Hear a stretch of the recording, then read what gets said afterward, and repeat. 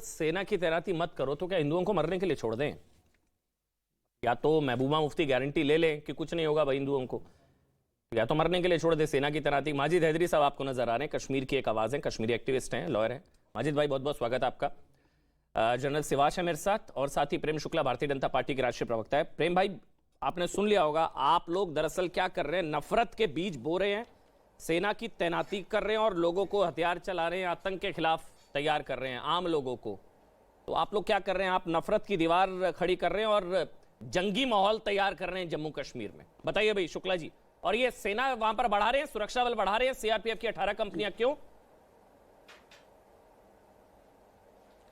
देखिए अमन भाई, जिसके मन में आतंकियों से प्रेम हो, ऐसे आतंकियों के प्रेम करने वाले पाशविक वृत्ति के लोगों को तो हमेशा जो है निर्दोषों की रक्षा के लिए तैनात होने वाली सेना के प्रति उनके मन में नफरत का भाव है।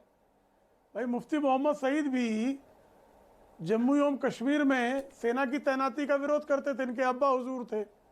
महबूबा मुफ्ती भी हमेशा सेना का कभी उन्होंने समर्थन किया हो, केंद्रीय बलों का कभी समर्थन किया हो, कभी केंद्रीय बलों के बलिदान पर जो है बलिदानियों के परिवारों के परिजनों को सांत्वना देने का ऐसा कोई दृश्य नहीं है। ये तो सतत जो है तिरंगे के विरोध में, कश्मीर के विरोध में, पाकिस्तान के हस्तक्षेप के समर्थन में, वहां आतंकियों को समर्थन देना है लेकिन सुरक्षा बलों को नहीं देना है।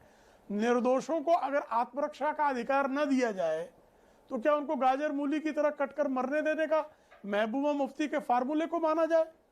जिन लोगों ने, जिन कुछ परिवारों ने कश्मीर के सामान्य कश्मीरियों को दशकों तक ठगा है, उनकी हिंसा का सौदागरी की है। एक मिनट प्रेम भाई, बड़ी खबर है ये, भूकंप के झटके महसूस किए गए। एक मिनट प्रेम भाई, बड़ी खबर है ये, दिल्ली एनसीआर में भूकंप के झटके, बहुत बड़ी खबर है। कुछ देर तक लगते रहे भूकंप के झटके, अभी कुछ मिनट पहले बताया जा रहा है 7:57, करीब 7:57 पर भूकंप के झटके, ये खबर आ रही है। यानी कि अभी 7 मिनट पहले भूकंप के झटके दिल्ली एनसीआर में, कंपन महसूस हुई, कुछ जगह बताया जा रहा है। कुछ देर तक लगते रहे भूकंप के झटके, एपिसेंटर क्या था, तीव्रता क्या थी, ये सब हम पता करने की कोशिश कर रहे हैं। लेकिन बड़ी खबर है, अभी 7:57 पर भूकंप के झटके दिल्ली एनसीआर में भूकंप के झटके अभी 7 मिनट पहले, 8:04 हो रहे, बताया जा रहा है 7:57 7:57 पर भूकंप के झटके महसूस किए गए हैं दिल्ली एनसीआर में। जम्मू कश्मीर में भी भूकंप के झटके महसूस किए गए हैं। जम्मू कश्मीर में भी अब लगातार जानकारी आ रही है, दिल्ली एनसीआर में भूकंप के झटके, जम्मू कश्मीर में भूकंप के झटके, एपिसेंटर क्या था और रिक्टर स्केल पर इसकी तीव्रता कितनी थी, हम पता करने की कोशिश कर रहे हैं।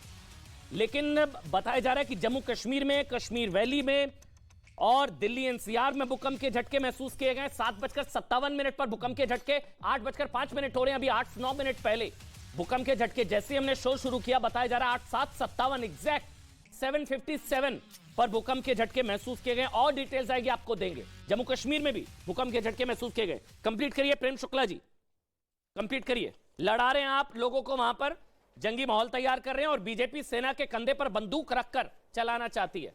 सुशील पंडित भी आप जो मेरे साथ जुड़ गए हैं, पहले प्रेम शुक्ला कंप्लीट करिए भाई, सेना की तैनाती क्यों बढ़ा रहे हैं आप लोग? देखिए, अब हम आतंकियों के हाथ में कश्मीर का दायित्व देकर कश्मीर को पूरी तरह से नरक बनाने का तो निर्णय नहीं कर सकते हैं, जो कांग्रेस ने वर्षों वर्ष किया। हमको तो कश्मीर को स्वर्ग बनाना है, तो स्वर्ग में पहले नागरिकों की, निर्दोष नागरिकों की प्राणों की रक्षा का दायित्व सरकार का है। तो आतंकी श्रृगालों के पक्ष में जो है, जो लगातार बोलते रहे हैं, ऐसे कोलाहल करने वालों की कोलाहल को हम कोई किसी प्रकार का ध्यान की देने योग्य बात ही नहीं मानते हैं।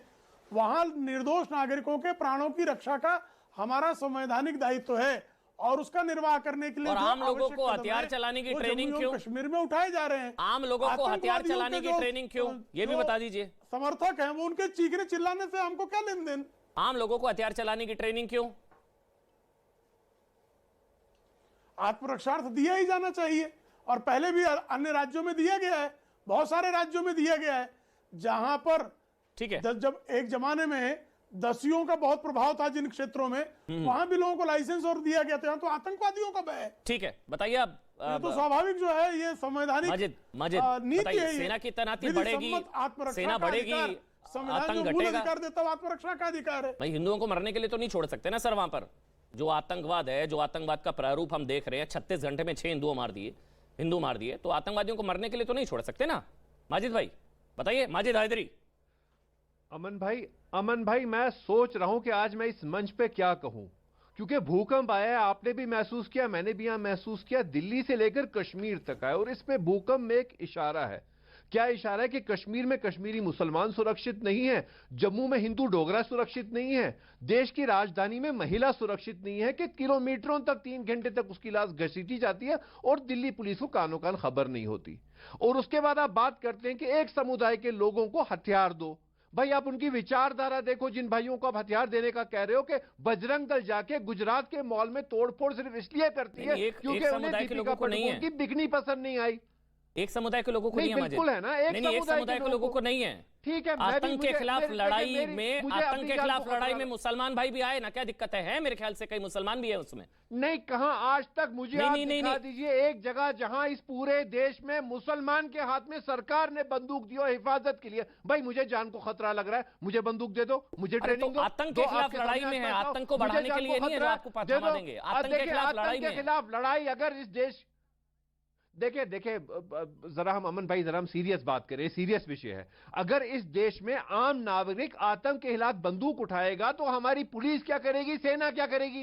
एक तरफ से पश्चिम पूरब की तरफ से तो आ जाती है चीनी सेना, सुबह मॉर्निंग वॉक करने, शाम को इवनिंग वॉक पे आतंकी आ जाते हैं दूसरी सीमा की तरफ से, और वहां पे राजौरी में 6 लोगों को मार के चले जाते हैं। और हम फिर बात करेंगे कि लोगों के हाथ में हथियार दे। ये विचारधारा है, ये आपकी विचारधारा गलत है। आप धर्म के नाम पे लोगों को एम्पावर करना चाहते हैं। इसमें धर्म नहीं है भाई। आतंक के खिलाफ लड़ाई में लोगों को हथियार दिए जा रहे हैं, अगर उनको ट्रेनिंग दी जा रही है, लाइसेंस मांगा जा रहा है, लाइसेंस के आवेदन, तो उसमें सिर्फ आतंक के खिलाफ सिर्फ हिंदू ही क्यों लड़ेगा? आप लोग भी लड़िए ना आतंकवादियों से, क्या प्रॉब्लम है? बहरहाल माजिद आपको क्यों डर लग रहा है? आतंकियों को डरना चाहिए, हथियार अगर लोगों के हाथ में आ रहे हैं, आप क्यों डर रहे हैं? आपको क्यों डर लग रहा है? आप थोड़ी ना टारगेट पर आतंकवादियों के खिलाफ कर रहा। मैं अल्पसंख्यक समुदाय की बात कर रहा हूं। अरे अल्पसंख्यक समुदाय भी आतंकवाद के खिलाफ है भाई। अल्पसंख्यक समुदाय भी आतंकवाद के खिलाफ है। अल्पसंख्यक समुदाय भी आतंकवाद के खिलाफ है भाई। ना बंदूक, कश्मीर में हर मुसलमान के हाथ में बंदूक दीजिए, कश्मीर में हर मुसलमान के हाथ में बंदूक दीजिए, पंजाब में हर सिख भाई के हाथ में बंदूक दीजिए, और गोवा में हर क्रिश्चियन भाई के हाथ में भी बंदूक दीजिए, दलित भाइयों के भी हाथ में बंदूक दीजिए। आप एक विचारधारा के लोगों को हथियार देना चाहते हैं ताकि आप माइनॉरिटीज को डराएं। अगर ये काम जनता करेगी सुरक्षा का, तो सरकार क्या करेगी? ये सिंपल सी बात है। आप लोगों ने मजाक बना दिया 2014 के बाद देश का। सुशील पंडित बताएंगे। सुशील पंडित वो क्या बताएंगे? वो कभी कश्मीर आए हैं? नहीं, ठीक है, उनके तो पाँव में मेहंदी लगी है कश्मीर के नाम पे, वो क्या बात करेंगे कश्मीर की? ठीक है, अभी सुनिए।